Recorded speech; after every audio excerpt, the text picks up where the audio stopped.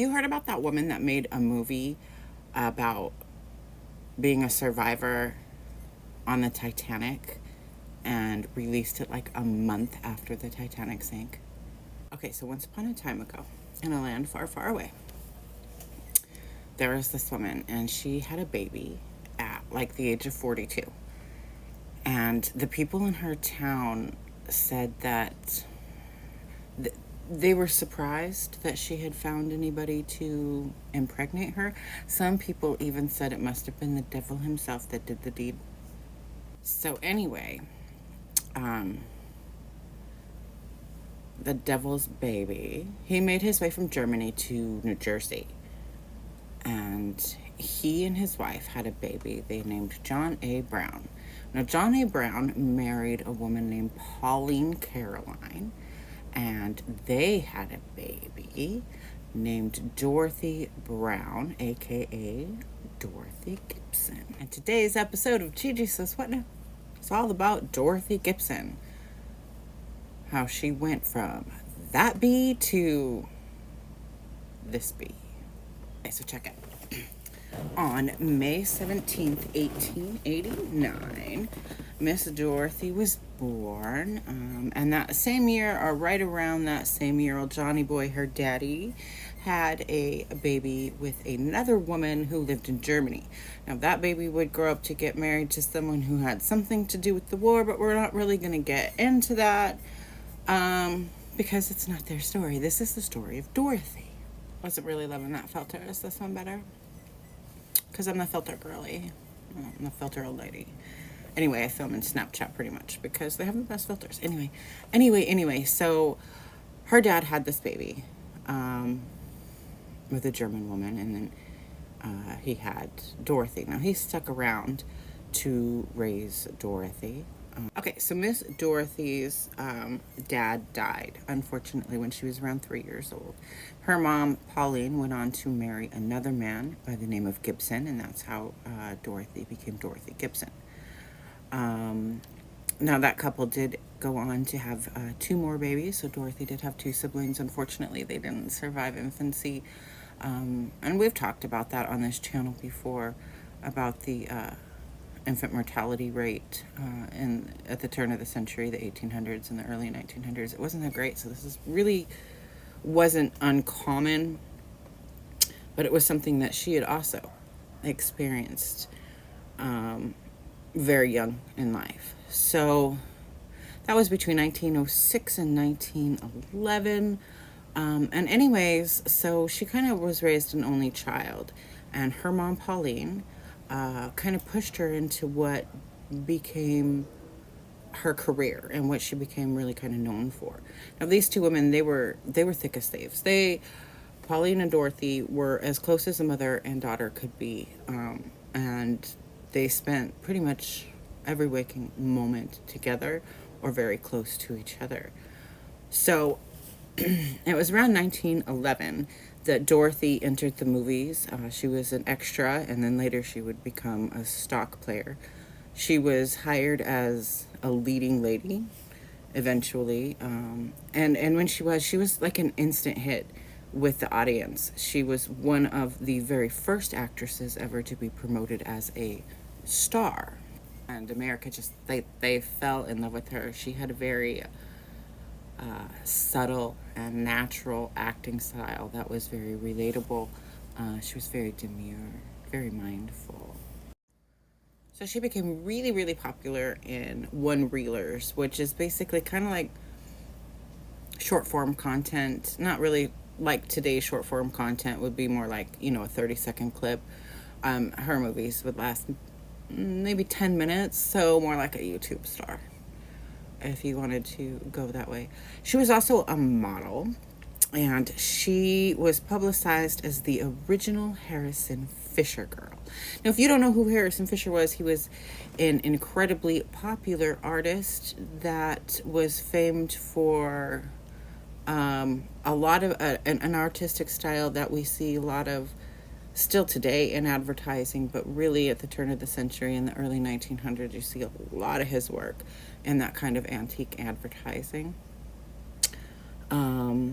So he was I mean, he was nationally known for his illustrations of beautiful women. And they were known as Harrison Fisher girls. And she was his first.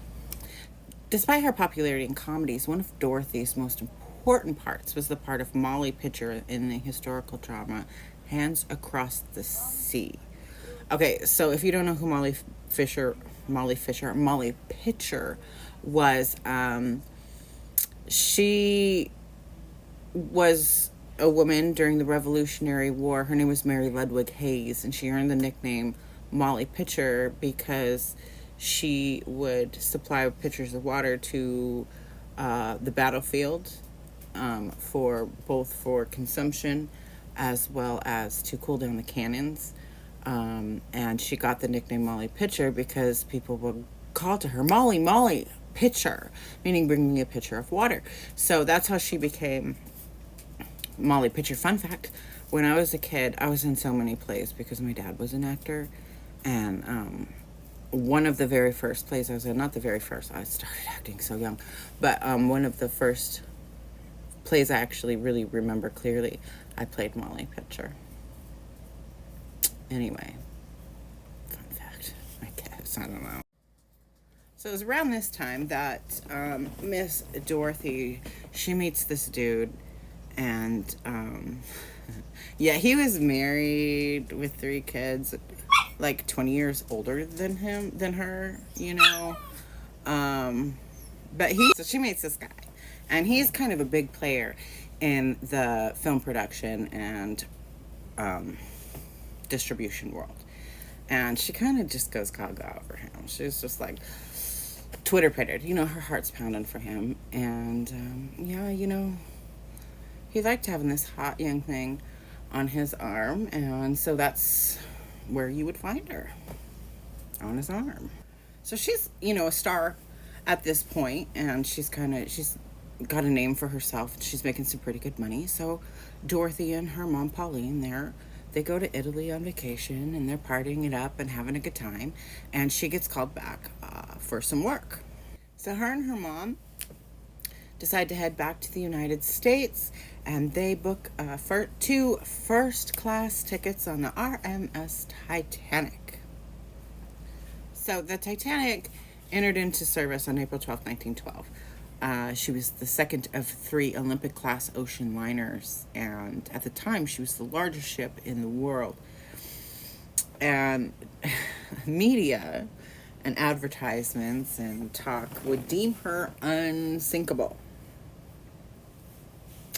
So she's in the Atlantic, and she's hauling ass. She's going 22 knots. I don't know nothing about sailing, but apparently that's hauling ass.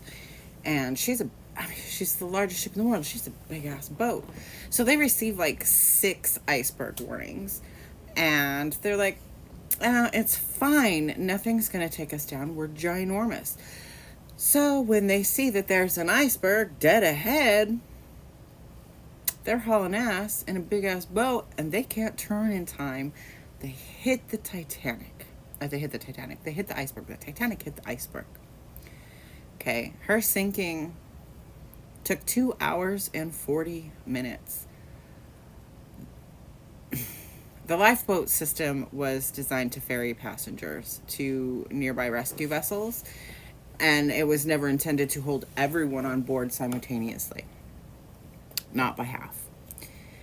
And more than 1,500 people went into the water that night and would not survive, making it the deadliest peacetime maritime disaster in history. Now, Pauline and Miss Dorothy witnessed a lot of this, okay? So when the Titanic hit the iceberg, Dorothy described that as a long, drawn-out, sinking crunch. And she saw the deck kind of askew, I guess. And so she goes running to Mommy. And the ladies they have a first-class ticket. So they were one of the first to be put onto a lifeboat. They were put onto lifeboat number 7. And they were 2 of the 710 survivors of that sinking. And she said that, or it was said that, they're on this lifeboat and they're getting ready to be lowered down into the water. And she sees these 2 dudes up there. And she's calling to the 2 dudes because they didn't fill the lifeboats up to capacity like they should have, because, like I said, these boats were not meant to be filled to capacity. They were meant to transport in case of an emergency. So they see these 2 dudes and they're telling them, get on the boat, get on the boat, get on the boat. So these 2 guys get on. They jump on to lifeboat number 7 with them, and they would later on credit Dorothy for saving their lives, because if they hadn't have gotten on that boat, there was a good chance they wouldn't have gotten on any of the lifeboats. So they're there in this lifeboat, watching the Titanic sink, and watching over 1,000 people go into the water and not come out, and they're in a lifeboat that's not even full. And they just kind of waited somberly until the RMS Carpathia, I think it's called, came and rescued them. So after the rescue, she goes home to New Jersey. Her and her mom go home to New Jersey. And a whole entire month later, she releases a film that she wrote and directed and starred in. Well, maybe she didn't direct it, but she wrote it and she starred in it, and her married boyfriend, her lover, produced the film. And she played herself and told the story of the sinking of the Titanic. So if you're anything like me, you're like, how the hell did she make a whole entire ass movie in a month? Remember, she made short films. She starred in short films. The Saved from the Titanic was literally shorter than this YouTube video I'm making right here in my laundry room. And it was 10 minutes long. Saved from the Titanic would do actually very well in the U.S. market. The film no longer exists today. There was a fire back in the day, and a lot of the old Nickelodeons and the talkies and the short films from the early 1900s were destroyed, and Saved from the Titanic was among them. So we can't watch it today. I don't know if that's a good or bad thing.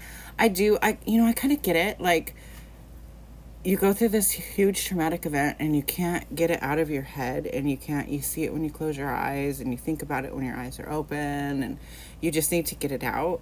And as an artist, I can understand kind of putting that trauma into your art as a way to process what happened. With that being said, I do think it was incredibly disrespectful to the victims and the survivors of the victims that lost their lives on the Titanic that day. Like, it was just a month. That's way, way too soon. Anyway, after the filming, at the end of the filming, she would go on to have a mental breakdown and would retire from acting and modeling. Saved from the Titanic would be her final film, and it was estimated that she appeared in no less than 22 films in her very short-lived career, because remember, this was 1912 and she went into acting in 1911. So on April okay, wait, let's get into the next part of her life, because this isn't even the tip of the iceberg, no pun intended. So in April of 1915, she was in a car accident where she was driving her lover's car.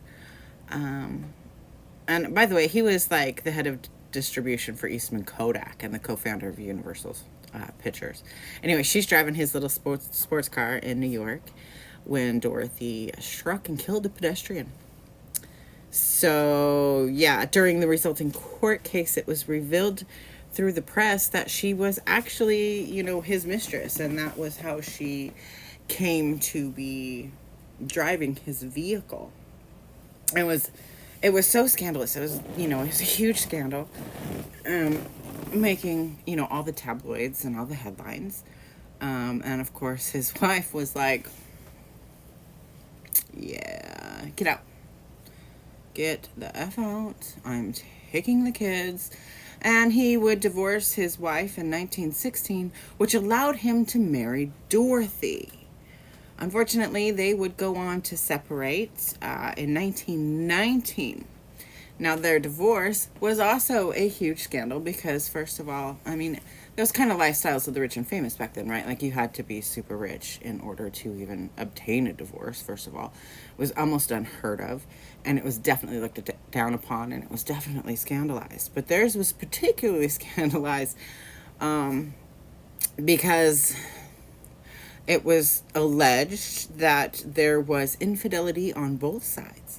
The judge said that there had been an utter disregard for their marital vows. The divorce would eventually be finalized in 1923, but not because of the infidelities or because they had irreconcilable differences. The divorce was finalized because their marriage was never legal on paper. It was never legal in the first place. Despite her retiring from the film industry and from the modeling industry and trying to take herself out of the limelight, she kind of found herself, in the middle of it with all this press and all these scandals.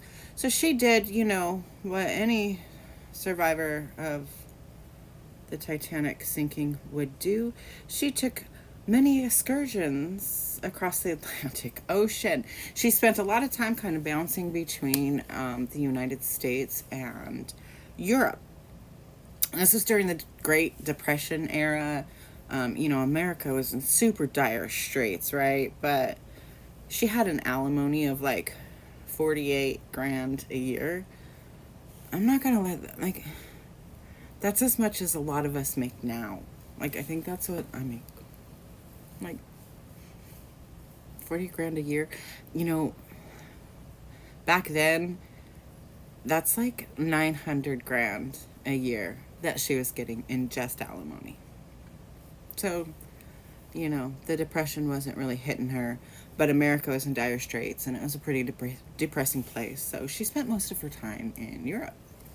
And her mom was with her the whole way. Talk about facing your fears. I would never get on a ship again.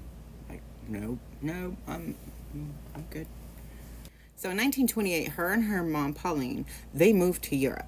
They stayed mostly between France and Italy. I mean, she had friends and loved ones and her half brother and everything. And I mean, she had the cash, so pop off, I guess. But she really kind of ousted herself, and she didn't really hear from any of her circle of people in the U.S. for many, many years. But despite that, she still kept her status as a U.S. citizen. But over time, she really kind of stopped coming back to the U.S. She would say it was because of money worries and because of the Great Depression. And she would also say that it was because her mom's health, and her mom was, ailing in health, and she needed to be there to take care of her. But like, even when her stepdad died, when her mom's husband died, she didn't even come back for the funeral. She just kind of stayed in Europe. Maybe she wasn't close to her stepdad. What do I know? So in 1944, she's traveling between France and Italy, or Milan. I think her mom was staying in Milan. And I don't know if she was going to her mother's or from her mother's or really what she was doing, but she was detained under suspicion of being a spy.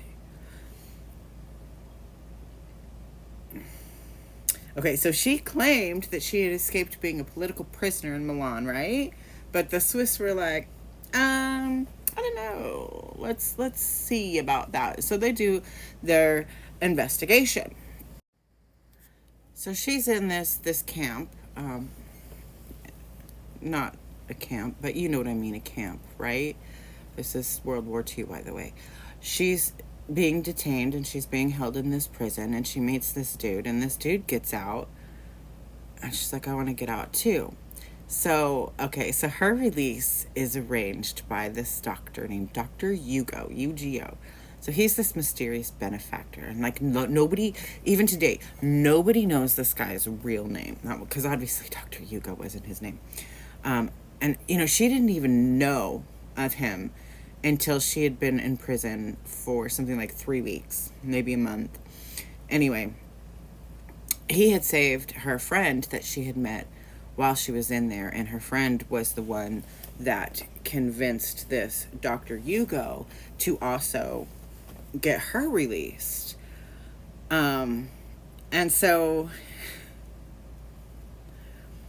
he told the Germans, Dr. Hugo told the Germans a bunch of lies, saying that she would be a spy and that she had money, and a bunch of other shit. She said she didn't even know the existence of his lies or what he had said, but whatever he had said, it worked.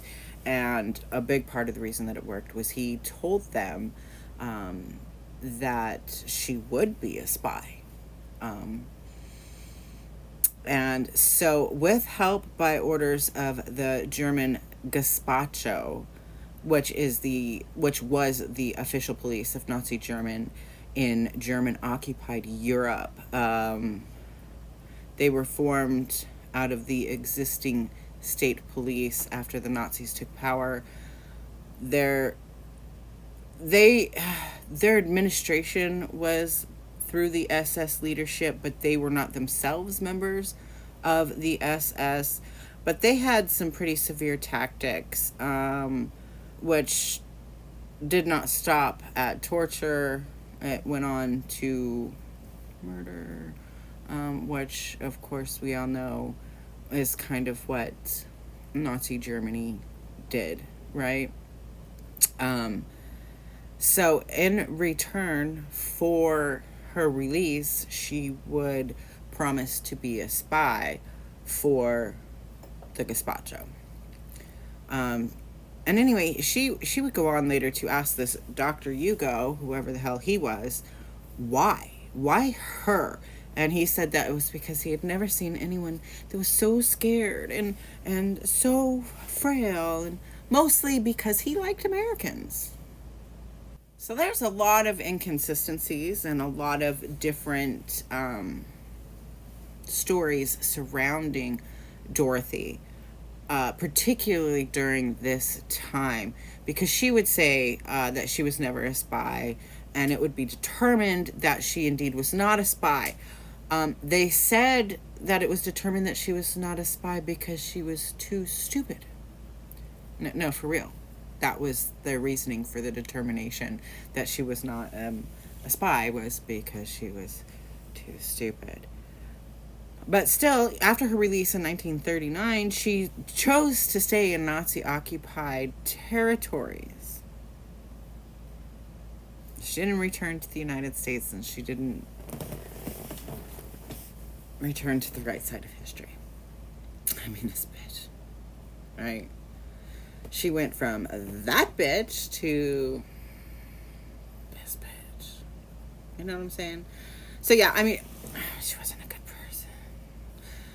So, the American community in Florence, where her mom Pauline was, literally called for her mom Pauline to be ousted from the community due to her rants and raves, not only against the U.S. involvement in the war, but also her pro-Hitler tirades.